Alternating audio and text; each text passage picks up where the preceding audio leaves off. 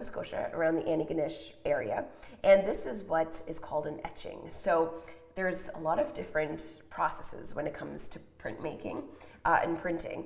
And what's interesting with this is that it's quite a labor-intensive process. Tell us what's going on with Gallery 78 now, some of the events and things that you put on. These days we focus mostly on doing our artistic side, which is, kind of our reason of why we're here. And so we have exhibitions that change up every 4 or 5 weeks. And so, at the moment we've got a show on that has all sorts of different artists. It's a theme around paper, and they always kind of change, and sometimes we'll have individual artists who will have a new body of work in specific rooms, and that's often what we'll do every month or so around there. And every beginning of our new exhibitions, we have exhibition openings that are open to the public. It's free. It's a chance to meet the artist, discuss their work, see the work for the first time, and enjoy a little bit of food and everything as well, which never hurts. It's always a wonderful time for that. But then also besides that, we constantly have concerts that we host. We know how difficult it can be to make a living as an artist generally, but also as a musician. So this space is fantastic. We like to have, it has great acoustics and everything, so we often will host concerts of different varieties. In the past it used to be mostly classical, but lately I think most recently we had kind of an indie rock concert, which actually voted really well in our space. You'd be surprised. But we'll have jazz and all sorts of wonderful things too. We do fundraisers and private events too, like weddings and even like memorials and that kind of stuff as well. So there's always all sorts of wonderful things. Space is used for just about everything. It's Absolutely. It's nice to see such a beautiful old home like this being used for such a lovely venue. And it's one of the oldest galleries, if not the oldest gallery, I would think. Right? That's right, in New Brunswick, absolutely. Yeah. We're the second oldest in Atlantic Canada, but the oldest in New Brunswick. Yeah, yeah.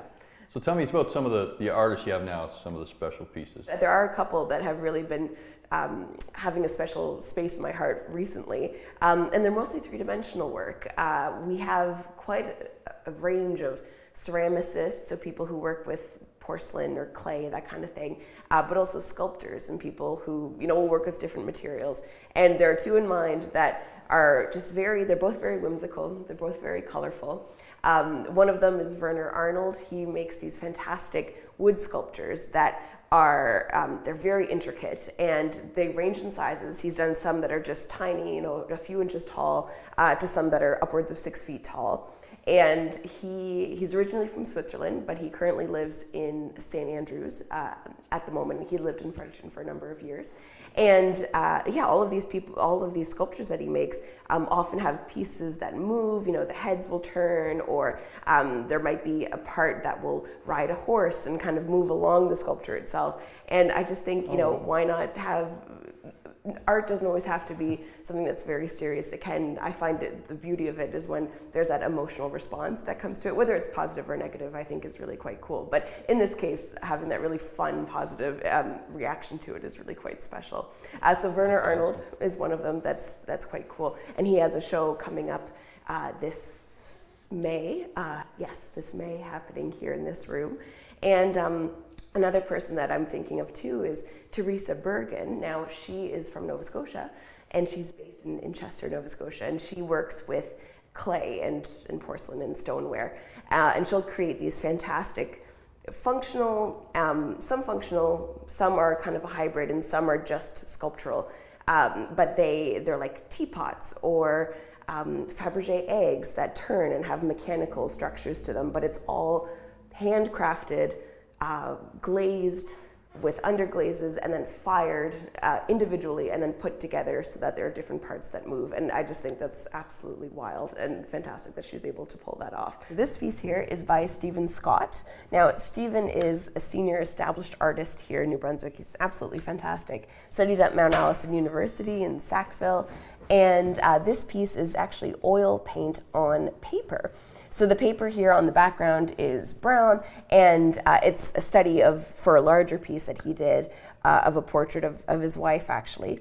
And what I love about his work is that it's almost abstract in a way, but then when you get a bit of distance and you kind of move yourself away from seeing all that beautiful texture that he's created, you see this wonderful figure take shape. Or he also does landscapes, but in this case, it's that beautiful figure side profile. So in all the years you've been doing this, is there any certain piece that inspired you? I quite like figurative work, which is not, I understand why I think a lot of people don't necessarily like it, because it can be a bit strange to have a painting or a photo or something of somebody else on your wall, and I do understand, but I think it's really quite fascinating to see the interplay and the dialogue between the viewer, the artist, and then the subject who created that. You can kind of get a sense of why the artist chose this person, how they chose to compose them in the piece, why they decided to have them wear what they were wearing. There's one piece I have, which I just adore, and it's quite large. It's an oil painting by Eric Budovich, who is from here in Fredericton. And it's a woman sitting in her bathrobe with a towel wrapped up, her hair is all wrapped up in a towel, and she's sitting on the edge of the bath, and there's tiles up all along the top, and some soap kind of over in the background, and she's just kind of looking down and holding her hands together, and it's just such a nostalgic, comforting piece. Every time I see it, I'm filled with like this calm sense, and it's beautiful. It's absolutely wonderful. So that's one that has inspired me for a really long time. You never got the bug yourself?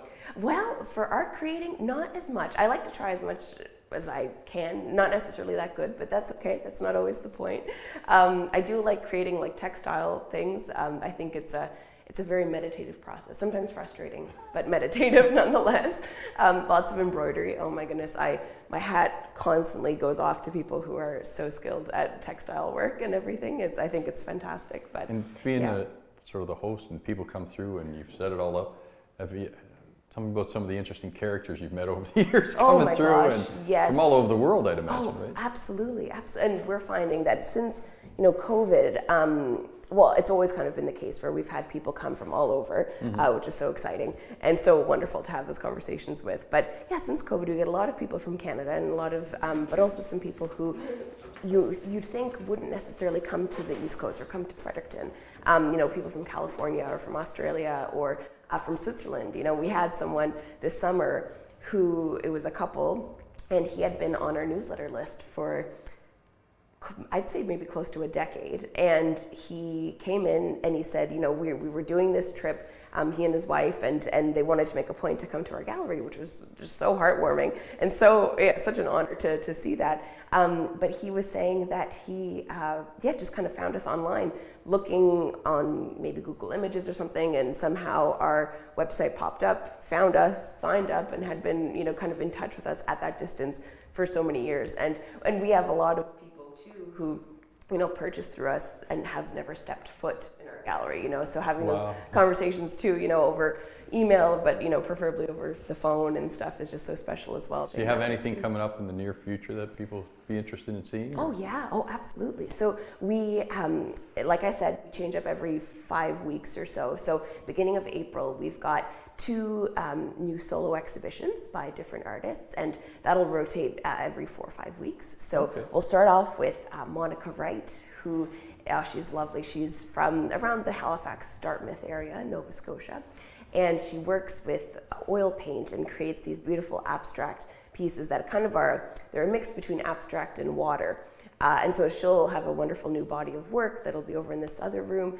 And another artist, Erica B.A., who is based in Moncton, and she does these really fluorescent colored landscapes with people in them. And I find it such a unique take on landscapes and how we find ourselves in the natural world, how we relate to the natural world, but they're fluorescent and they're kind of pop arty and they're just fantastic. So yeah, she'll have a new body of work as well. And then we'll move on to Werner Arnold. He'll be in May, so those beautiful kind of wooden, colorful sculptures. He'll have a new body of work too. And Amber Legier, who is also New Brunswick based, and she's a very kind of different style, but a wonderful favorite of our staff and of our clients as well. And then in June we have a show by Alan Grabelski, who is a printmaker, actually. Very interesting kind of abstract printmaking that is sort of monochrome, and he's got a fantastic body of work coming up following a difficult period in his life. So he'll have a whole new body that'll come, and we're really excited to showcase that. And anyway, lots of wonderful things down the pipeline, and more That's so awesome. even in the fall and in the summer. Everybody should come out to your gallery. It's incredible. Just walking through here is like an experience all on its own. Well, thank you. I come quite often, at least once a month, as you know. Of course. Oh my gosh. And we're always happy to have, some coffee, and when you come in, it's just wonderful. And it's great to have chats. And we like people to, just explore and, sit for a little while and Get inspired and tell other people about it and get them drawn in. Yeah. Absolutely. And this piece you have here, this is a local piece, and you just finished recently. This is beautiful. I just finished this a few days ago. It's actually for a commission, which I don't do a lot of, but in this case I wanted to do it because, the woman asked me to do it, and it's something I'm very familiar with looking at. And it's a view of the Nashwauk River here where it comes out into the St. John River. So it's a view looking up river. This is Nashwauk sits up along here. I've left a lot of the buildings out because I was more interested in the bridge and the foliage and the water and that sort of thing. Well, it's beautiful. And you've been an artist for how many years now? 52. I was a structural technician.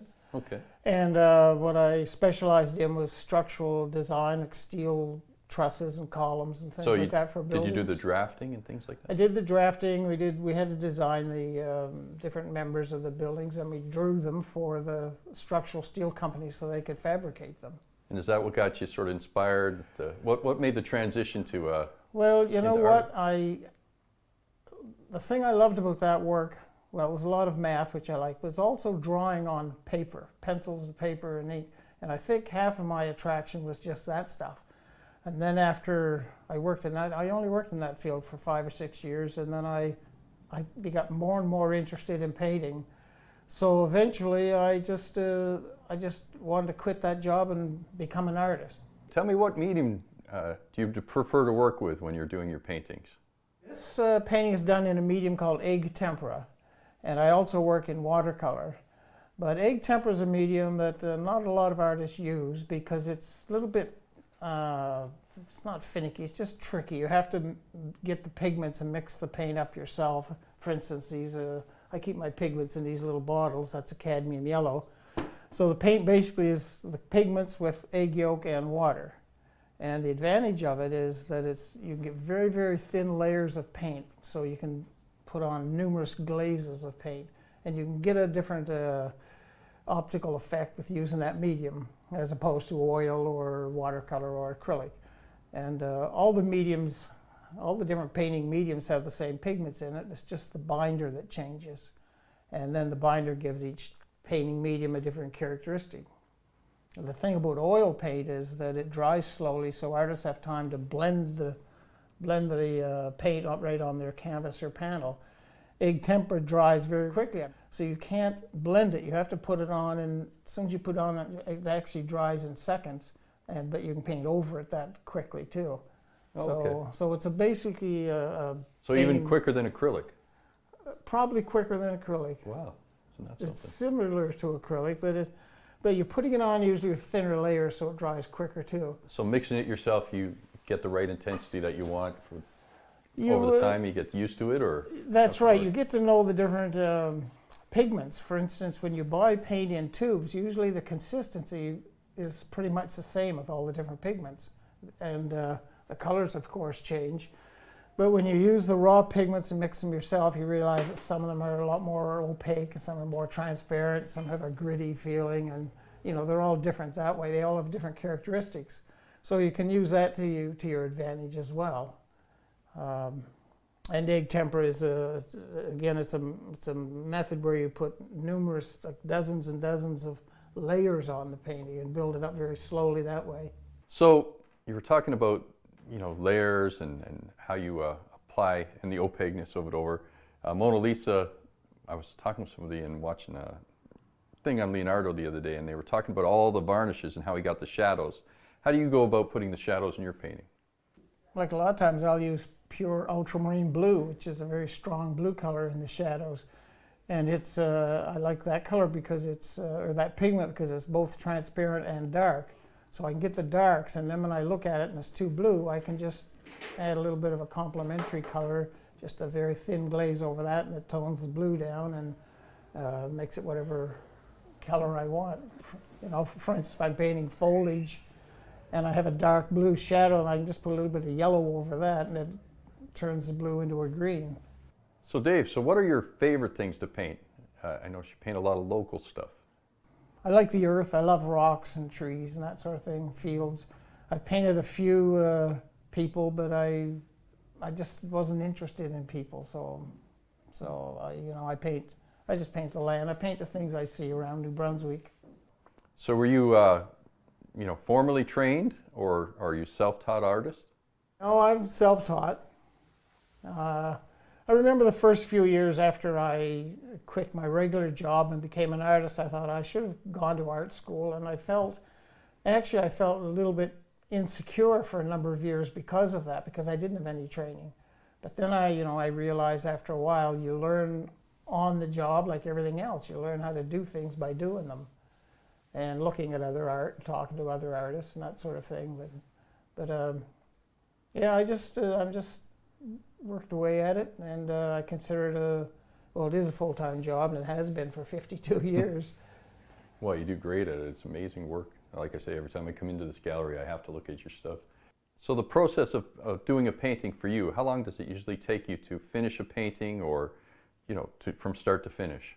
It varies a lot, but the biggest difference is if I'm working in watercolors, they're much quicker to do. You can't layer watercolors the same way you do egg tempera, so you have to do it rather quickly. With egg tempera paintings, you can work on it indefinitely, and I usually spend weeks. Like this painting took about 6 weeks to do, and I've often spent up to 3 months on a painting. Yeah, and people are always saying, why is a painting so expensive? They think, they think you're doing it in an afternoon or something. Yeah, that's right. They don't get the understanding. It's a lot of time, and framing's very expensive, and everything's expensive. So it's a job. It's like any other business. You have expenses and you have money coming in, money going out, and you have to balance that. Yeah, and of course promoting yourself. Is it good for you being in this gallery, meeting lots of people, and for your process?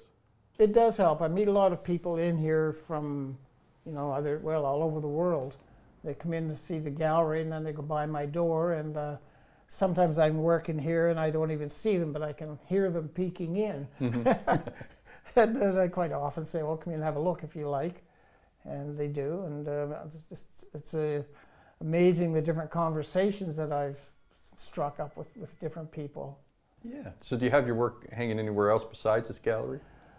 Yes, I have work in I don't know how many different public galleries, probably a dozen or 15. That's awesome. And I think recently you said you have one. I have 4 in the collection of the Beaverbrook Art Gallery, which is just across the street from here. And they have one actually hanging right now in the Mary McKay gallery. So that's very nice. What would you say is your makes you stand out as an artist? What is your one thing you've noticed over the years? I'm pretty good at this. I just kind of do what I want in the art world. I don't try to be anything. I don't try to be different, really. I believe in being true to yourself and doing exactly what you want to do, and I feel that's where the best work comes from. So, over the years, is there any particular thing that you wanted to enhance or you wanted to do? Like when I was young, I wanted to learn a certain song on the guitar. Many years later, I've learned tons of songs, but I never quite could play that one the way I had wanted to. Is there something that you've wanted to do that you haven't done yet that you'd like to pull off? I can't really think of anything. Usually if it's something I want to do, I take a stab at it. Sometimes I thought I should paint more portraits. I've never really painted a portrait other than a few drawings. But again, I just never had the interest in that. I think if you have an interest in something and you apply yourself, you can probably do just about anything. So I noticed that one of the things that stands out to me is the light in your painting. It's got like a real warm feeling. What's your approach to the light itself, to the softening of the shadows and creating the light? How do you go about it? Light and shadow is very, very important to me. It's one thing I really try to capture in something.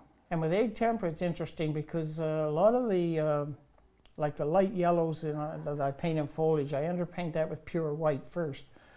And then because the paint is so thin, I can glaze like a light green or a yellow transparent colors over the white, and the white shows through that. And then when I go to paint shadows, it's kind of the opposite. I start with a dark color and then paint something a little bit lighter over the dark color. And it stays dark, but it gives it more of an opalescent look, kind of a foggy or a misty look in the shadows. So that's two optical effects that you can combine and make light and shade look real. How do you decide what to paint? What's your inspiration? Is it going out, seeing it in nature? Is it photos? What particular things inspire you to paint? It's all of that. Sometimes it's something I see. Sometimes it's something I'm just thinking about. And once in a while, in the early days, I'd be more influenced by a photograph of something. But now it's just whatever pops into my head, and I don't know where it comes from. Oh, really? Okay, that's something. So you've been an artist for over 50 years. How many works would you guesstimate that you've done over all these years? Very rough guess. I'd probably do, on average, maybe less than one a week, say 40 a year for That's 52 years, whatever that is. Is that 20,000 or is that 2,000? That's a lot of paintings. That's a lot of paintings. Yeah. Wow. Back to your egg tempera and the amount of extra time it takes. So do you think it's worthwhile for the look that you get with the egg tempera? Well, I feel that way. And it's not just the color, it's sort of the optical appearance of it. I paint on panels. The paint's very flat. It doesn't have that thickness that oil paint has. Mm-hmm. It just has a flat, very natural look to me. And the pigments, a lot of them are basically earths anyway. It's almost like, sometimes when I'm painting, it's almost like I'm putting the actual material on the painting that I'd find in nature. Okay, so one of the things you were saying when you're painting with the egg tempera, you paint on panels. So tell us why you would paint on a panel as opposed to a canvas with egg tempera, and what would be the reasoning behind that? And the idea for that is the egg tempera, when it gets older, gets quite hard and brittle. So it's not a good idea to paint on a flexible surface. Okay. Like paper or canvas. If it gets bent a little bit, it might crack the paint. So the traditional way is to put it on solid panels. Well, that's awesome. And watercolors, of course, are painted on rag watercolor paper. When it comes to brushes, do you have a particular set of brushes that you've sort of worn yourself down to? There's 3 or 4 that you really like to use, or do you use a wide variety? Yeah, that's about it. I mean, as you can see, I've got dozens of brushes here. The egg tempera paintings, I use a lot of these tiny sable brushes like this. They're very pointed. But the idea of this small brush isn't necessarily to get a fine line, but to get a thinner layer of paint. And then I have this old brush that's finally wearing out, but I use that sometimes, especially with watercolors, just to get more of a textured surface. And I don't know, I see brushes and I buy them and I think they're going to be great, but I never use some of them.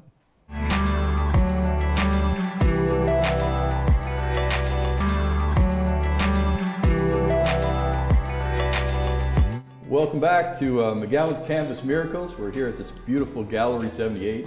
One of my favorite places to visit every time I come to Fredericton. I'm here. Is this gallery always been in your family?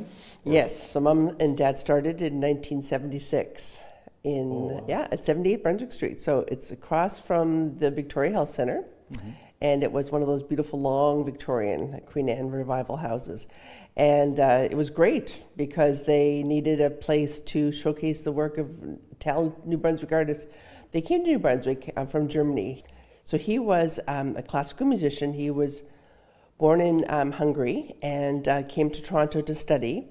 And then he joined, there are all these other things he did, but he joined the Philharmonia Hungarica. Well, he was actually working in Hungary, and during the revolution they were out of the country, and when they came back they had to leave quite quickly.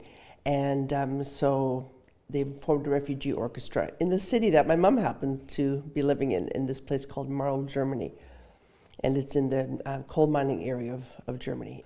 So were they artists either of them?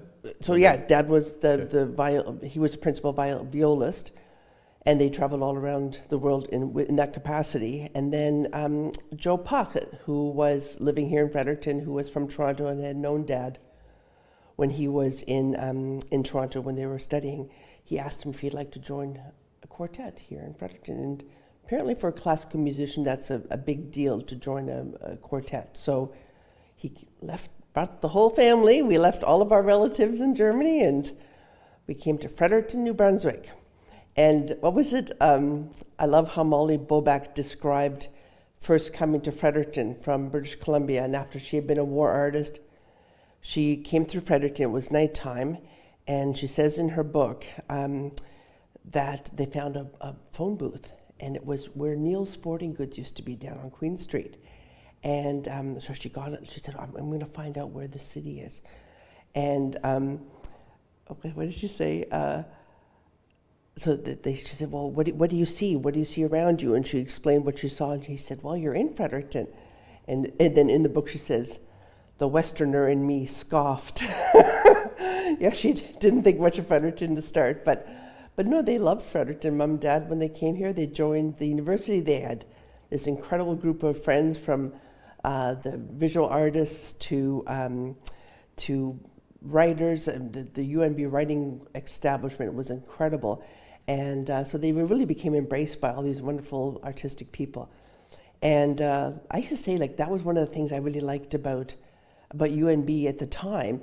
But Fredericton at the time, what was before social media, when everybody was like, is now isolated, but this was just this very welcoming community. And like Bruno Boback he was a director of the Art Center. He used to have workshops downstairs so people to come and use the printmaking facilities. And there were just all these things that allowed people to come up and really enjoy the different arts that they could. So do you remember those early days? Oh my God. Yeah, I always tell this one story because there were so many stories, but we of course had dinner with so many different artists from all across the country, and we have lots of photographs, and some of them came from around the world. That was really fun to have those conversations with people. And for us, it was like, oh yeah, well, of course, those are our friends. But then, then we know other people that have sort of another circle of friends. One of our artists was in the circle of friends with the big English painters, the Lucian Freuds, the Francis Bacons, and I was like, wow. But here we had our own Lucian Freud and Francis Bacons. We knew a lot of these really cool artists. Growing up and going through all the paintings and artists that you met and all the things, was there a particular artist or a painting or something that stood out to you that you just keep going back to that memory and think that was a real moment for me? Yeah. You know what? Oh my gosh, so many paintings, right? We look at the painters we had for our 40th anniversary exhibition. Each decade we had different artists represented in different rooms in our gallery. And it was amazing to find out how many had been with us for 40 years. David McKay, who works upstairs in his studio, he's still with us here. Stephen Scott, Stephen May, these people that have just come from art school in Sackville, basically came right away to the gallery. Mom and Dad had sort of sought them out, loved their work, and come here. David Blackwood, a famous printmaker from Newfoundland and then went to Ontario, he was also incredibly present in the gallery during the 70s. And a lot of those people, yeah, we love them. And you know what? I bought a lot of that work, not in the 70s, okay, that would have been a bit much, but I remember one of my first paintings was a huge painting that Stephen May made of a teapot. And you know what? We still have it. Here's the story. My David Blackwood, there's one called Fire Down on the Labrador, and it had the whale with the top is a boat on fire. And so there's a beautiful whale. It's the most famous of his prints. And when Mom had his work here, she had purchased 3 of them. And he just recently passed away, but he's really one of the most foremost Canadian printmakers because he told a story. He told the story of Newfoundland and the whaling industry, the fishing industry. It was fascinating. And actually the one that, this whole series of his that I like the very best, that's just so compelling, is the story in the 60s about a ship that was accidentally left. The people were left on the ice rig. They Oh, yes.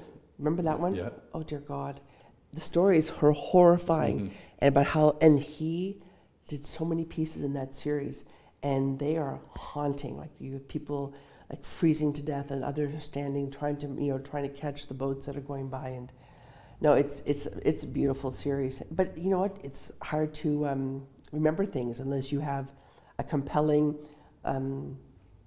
story, a movie, or in this case, these incredible prints, and then a book that came out as well. Stories make art. People always are like, why is one art worth more than another? I said, every artist is different. They all get their own stories, and some unique thing happens, and you never know what's going to be the catalyst for that particular artist or anything. Yeah. They don't even think that. They just paint and want to paint something they love. That's right. These stories, I think, are when you have a gallery and somebody like you can tell the stories and have the paintings, it's an amazing thing to have. We don't have enough of them.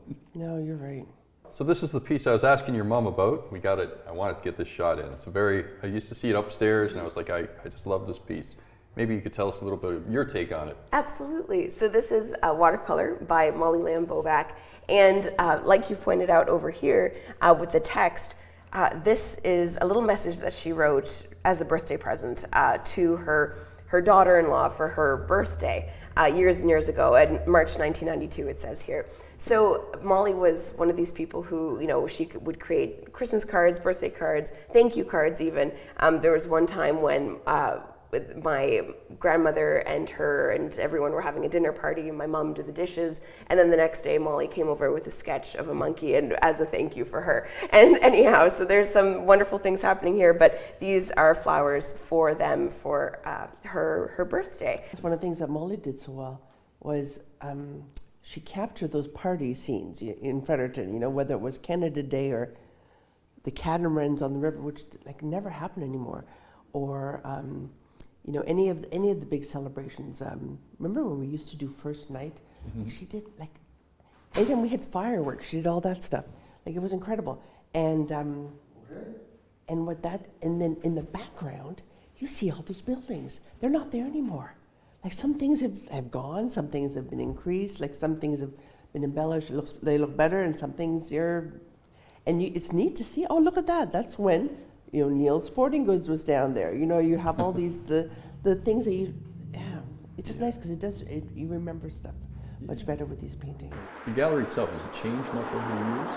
How you've laid it out, or is it?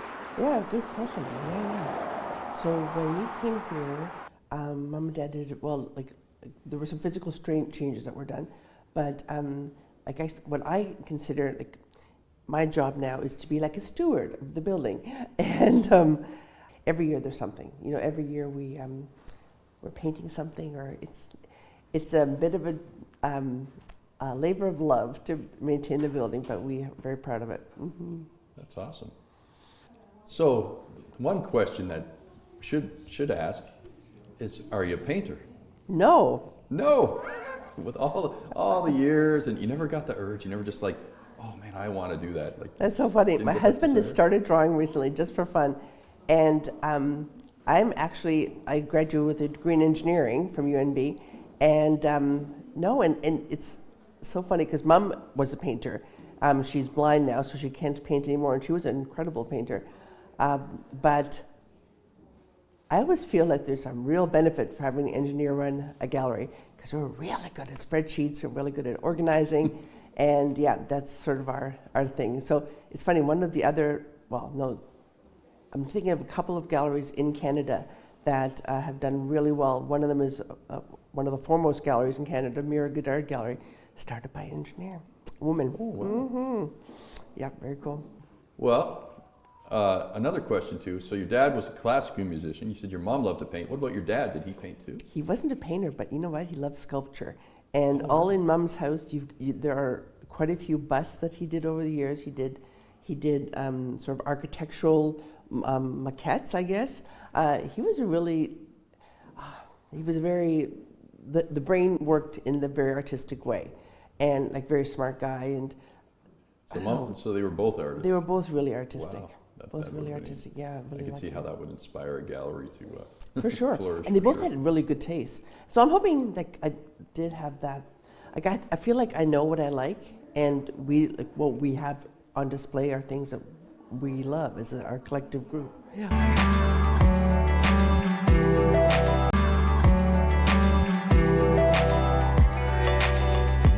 We're going to talk to you about your years and how you sort of transitioned and did your work here. What do you think of working in the gallery? Yes, well, it came pretty naturally to me, I guess. So when I was young, my mother, Jermaine, she was working here. It was like in the early 2000s, so I was, elementary school, I think. And so once she started working here full time, we changed our bus so that the bus would come downtown here in front of our gallery on Queen Street, and that's where we would be dropped off after school, and we just hang out here until, end of the workday.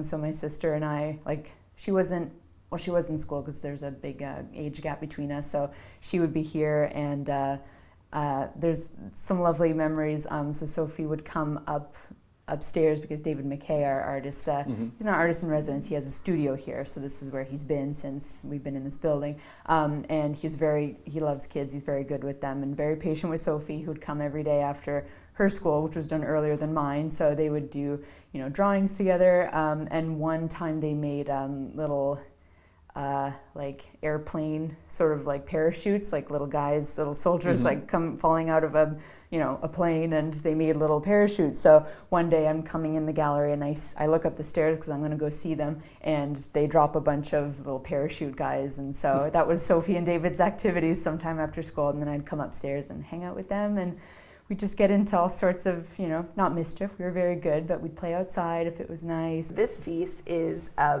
beautiful oil painting by Joe Plaskett.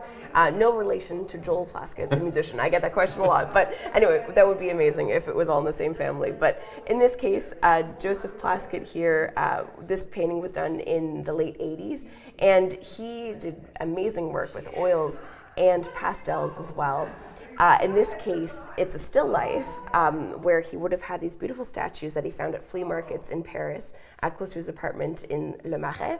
And I love this piece because it has flowers, it has the fruit, it has the glass pedestal bowl, which has that beautiful focus, and then it has these statuettes, which really can be mistaken for people. So from all the time working here, when you first got into it, was there a particular piece of art or something that you said, oh, that's amazing, and got you inspired to do art in any way? Are you an artist? I do watercolor a little bit. Writing is more my forte, fiction and, copywriting. So that was very easy or convenient, I guess, working here. I do a lot of the, now Sophie's here full time, but I would do, the newsletter writing and almost all the emails to clients or people writing for the first time and artists, so that's a lot of copywriting and all that, so I take care of all that stuff. But I was trying to think of one of the first pieces I got here, but I think that kind of spans earlier than when I started working here full time, because again, it was like we were here almost every day, growing up as kids. Sure.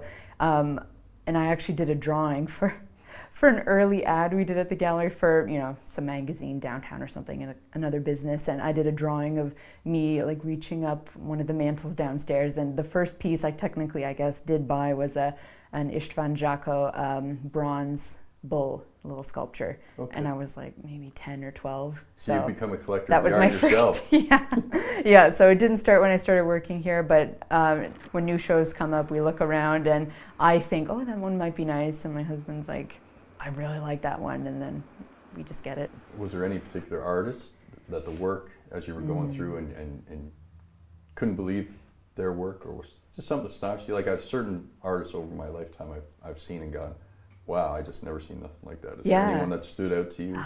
There are, and for different reasons. I guess, let's say one more recent artist example, we have Matthew Collins. He's relatively new to us. He's based in southern Nova Scotia, and he works in acrylic paint, and his technique of just using a lot of paint, and so he'll have a lot of different colors in one area and then just use that palette knife all over. So then you see these streaks of so many different colors, and it's just in a wave of a river or something, but there's pink, there's white, there's green, there's purple, but then obviously from far away it looks like, you know, the wave in a river, but up close I was looking at those it's last month, I just believe, really, it's really like delicious looking up close when you see the paint, and it has that shine and the thickness of it, the acrylic paint. So for different reasons, there are some artists I'm like, oh, that's amazing how they did that in their medium. Stood out to Yeah, you. so there's not one in particular, but there are a few where I say, yeah. So you have that'd one be that nice you to collected have. more than others that you have a few pieces of? Ooh, I guess thinking of our collection, the pieces we have most of would have to be Stephen May. Yeah, so he was one of our early artists. Obviously, he was younger at the time. I think, you know, he might have been in his 30s or even close to out of art school from Mount A, since he's been with us. And over the years, so he enjoys doing portraiture and you know, figure pieces. He's very good at landscapes as well. We have quite a few landscapes, and both in oil and in pastel and drawing, but he also really likes doing figures and portraits. And it's funny, we've just noticed, I guess among our clientele, not a huge portraiture sort of collectors, because I mean, some people have told us plainly, if I don't know the person, I don't want that. But I guess more from an artistic perspective, we all appreciate portraiture just for how he does the face, and it's just, I don't need to know who it is, I don't mind, but that's just personal taste. So it's fine that, you know, it's not everyone's cup of tea. But basically, Stephen is always looking for someone, you know, to sit for him, because I don't know, maybe some people feel uncomfortable or they don't want to sit that long, but I was a ballet dancer, so quite often my sister and I, or whoever, Stephen wants to do a painting, and all right, we'll sit. So we did it. So a few of the ones that I've sat for and he's done drawings of, we bought it after. So I have quite a few portraits of myself, by Stephen May. So right. That's who we have the most of in our house. Yeah. So you miss it, putting up the pictures and setting it up? Well, obviously hearing, you know, with my sister, and I still, you know, I can do a lot from my phone, which is really amazing. So I can do some, you know, when she's napping or just different times of the day. It's a lot flexible. So I still do some copyright, and I'll take care of all of our social media accounts and all that. That's a big job all in itself. Yep, it can take a couple hours a day for sure. Constantly getting wrong dates and wrong things. People from, Rob, I thought it was this Fix date that. or that. Yeah, exactly. Had a few of those slip-ups, but no, it's good. So then hearing about, you know, when you're preparing for a new show, I mean, I remember that well. How do you guys go about selecting the artists? Like you've got, I think you said 90 artists. I think I counted once. Yeah, we might have tweaked it a bit since then, but yeah. So it's we have like we sort of compiled like a list on our website of just things we want people to submit, because sometimes people will just email us, and you know. But it's nice to have, you know, we'd like a CV, artist statement, and a body of work, and just all their information so that we can see it all at once. And then we have a little committee that gathers, you know, a few times a year, and we'll take a look at everything we have and take a look at, you know, what we currently have, because of course we want, not that everyone has to be, you know, so different and unique from each other, because obviously one could argue that some of our printmakers, they are similar among each other, but there's still something like in their story. I know you're speaking with Jermaine about just that special thing that someone might have, or like a technique or an approach. That's what makes them different. So we kind of compare with with the stable of artists we already have, and see, you know, oh, that's similar than someone we have. And but when the time is right, you know, we'll pick someone, and sometimes they come to us, or another gallerist will say, I recommend this artist that we have, and sometimes it happens that way, and other times we reach out to them. So it's almost a different journey for every artist that we've had here, how they came to be with us. So. Oh, really? Yeah. Wow. So it's not all submitted, some is through friends and knowing people. Yep, sometimes it's that, yeah. And sometimes it's just a cold call. Oh, I just, you know, started living in Fredericton, because that's one of our main sort of things that we need. You know, you don't need to be from here, but we'd like Atlantic Canadian based artists. So people have come from all over, but that they're working here and living here in the Atlantic provinces is very important to us. Yeah, because it's meant to be. And you guys have a show every month with the. We do every 6 weeks or so now. Yeah, and it's either a solo show, so an artist has been working on a new body of work, or usually in the winter when things are a little slower, or in the summer when it's full of tourists and lots of new visitors coming through, we like to do group shows so that people can see sort of a variety of artists, not just one of all of their portraits. So now, we were talking about how you select the artists in the different ways. So the board itself, how did you come up with the board? Is it all just family members? Is there other people sit on the board? Yeah, I mean, obviously it started largely as family because my grandmother, ran it, and then my mom kind of counseled in, and now my sister and I are working here, so it happens to be family, but we have a number of other part-time staff who come through, and some who no longer work here, but we're still very close friends, and they love art, and that's, for some people, that's how they started working here with us. So, So yeah. you guys ever disagree? Say, oh, we don't want to put this one, or we do yeah, like this some one? will say, I really like their approach. Like one of our part-time employees, she's an artist herself, and she works and she'll, meet with us when we select and give her input, and she'll have, I really like this artist's approach, or we might all like someone, and she says, oh, there's just something there, like, because she, she's, like, I didn't actually study art, like art history or art making itself. I just grew up around it, and that's sort of by experience. But so you have a for variety her, of people on the board. Exactly, different approach. Some are actually, come from that classical education, I guess. Fellow David that has his studio here, is he David on the board McKay. as well? So because he's here every day, we often ask him, like, hey, come look at this, or what do you think of this? So he actually has a lot more, I think, to do as well, and he can see, which we like, because as an artist, he can also see, like, the backstage, I guess, workings of running an art show or a gallery. But yeah, we'll ask for his input now and then, and and then we kind of come up to it with a consensus together, and then once that's sort of the first step. So we get all these electronic submissions. That's why it's important for us to get everything as much as we can from the artist first, so that, because we get so many, we can't meet with every artist all the time. So then once we sort of make the first decision round, then we can meet with them, and then it's more personal, and let's chat about our pricing, because sometimes they ask in their first email, what do you think about my pricing? And that's a bit of a more personal conversation that a gallerist and artist would have, because pricing can be pretty subjective. Yeah, definitely, depending on the and we artist want to and know the work about their history and their their CV, like and their approach and what materials they use and all that kind of stuff. So it's very, it all plays a part. So do you have, does the gallery sort of separate out with oils, acrylics, prints? Like, do you have that, or just artists? There is there is a different sort of, like, we keep materials in consideration with pricing. If you have, let's say if you had two artists who are the same, like, caliber and years of creating, and they have two paintings which are the same size, like, pretty comparable, the oils are usually priced a bit more just because of the material.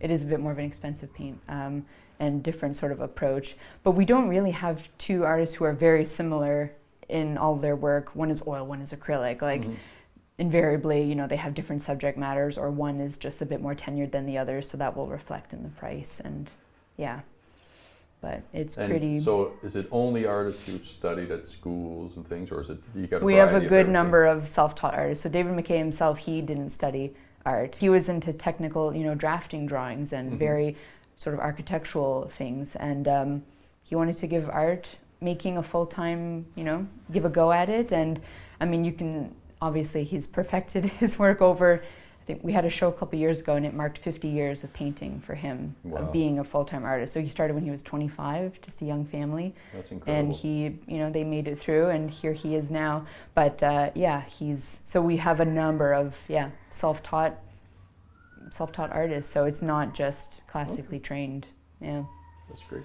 And so once a piece makes it in, or an artist group of paintings, is there a certain number of paintings they have to do a show, or do they just do it for a small time or a long time, or how does that work? Well, in the last few years we've found we like to, it is nice to have at some point a solo exhibition to kind of show our clientele and show everyone what you're all about, right? So, but at first, because a solo exhibition is a big, it's a big commitment, and just, there's the realities of us and this building that we have to maintain. And so there are, and that's what artists who we have sort of these big, more intimate discussions with, and who have been with us a long time, they understand the financial, aspect of it. Like, as much as, one might, like an artist might like to be a little more experimental and contemporary, there's a certain quota you'd like to meet to sell, right? And public galleries and public shows, the Beaverbrook, and there are all sorts of opportunities to have these sort of experimental and sort of purely contemporary shows, but I think there's a good balance, and the artists also long-time ones who have been with us for a while and have had many shows, they know what sells, so they'll throw in the nice landscape or things that they know people will buy, and do you have it feels a good. list of clients whenever somebody new's coming in and say, oh, you send Yep, it out, say, here's your okay, favorite. here's our new They things. just got some new works in, and they really Okay. appreciate that, because they might not always, it's amazing how many are watching our website and waiting for the new Kathy Ross or the new David to come in, but others, we have a list of who likes what, and we'll let them know, and even if they don't get it, they really appreciate that we remembered them, and we told them that a new piece is in, so they were the first to know. Maybe tell us a little story about the painting, Don, and what got you when excited about it. I ended up marrying my wife Marilyn, and ended up with the Instant family, and so I just married her, and also 3 children at the same time, and it was quite remarkable. But when I seen the picture, I was thinking of my wife and my first stepson, I guess it would be, but I've always looked at them as my children. Later on, you guys had a child together as well. Yes, after a few years married, we decided to have a child of our own, and I think we ended up so far with 11 grandchildren and 2 great-granddaughters. This picture, and I was just kind of blown away by it, and it kind of hit a soft spot with me. That's awesome. It kind of throws me off when I wanted to teach this painting in class. I try to bring the paintings down to a simple form that I can teach them the basics to get a hard painting onto canvas. But I was thinking more, I do a lot of work with charities and mothers and sons, and people lose their children, but they have these moments in life where, that special moment when they're young and they're just full of life and making you feel like the world's going to be forever. And I thought, it'd be nice to be able to capture that of your mother. So I was totally shocked when you called and said, oh, I love the painting in your story. This is certainly one that'll always be hanging on my walls, because it's part of my family and memories, and something that you always cherish, that's for sure. Well, and awesome. I'm just blown away by the picture. When I saw it, it hit me like a ton of bricks. I said, that is so personal.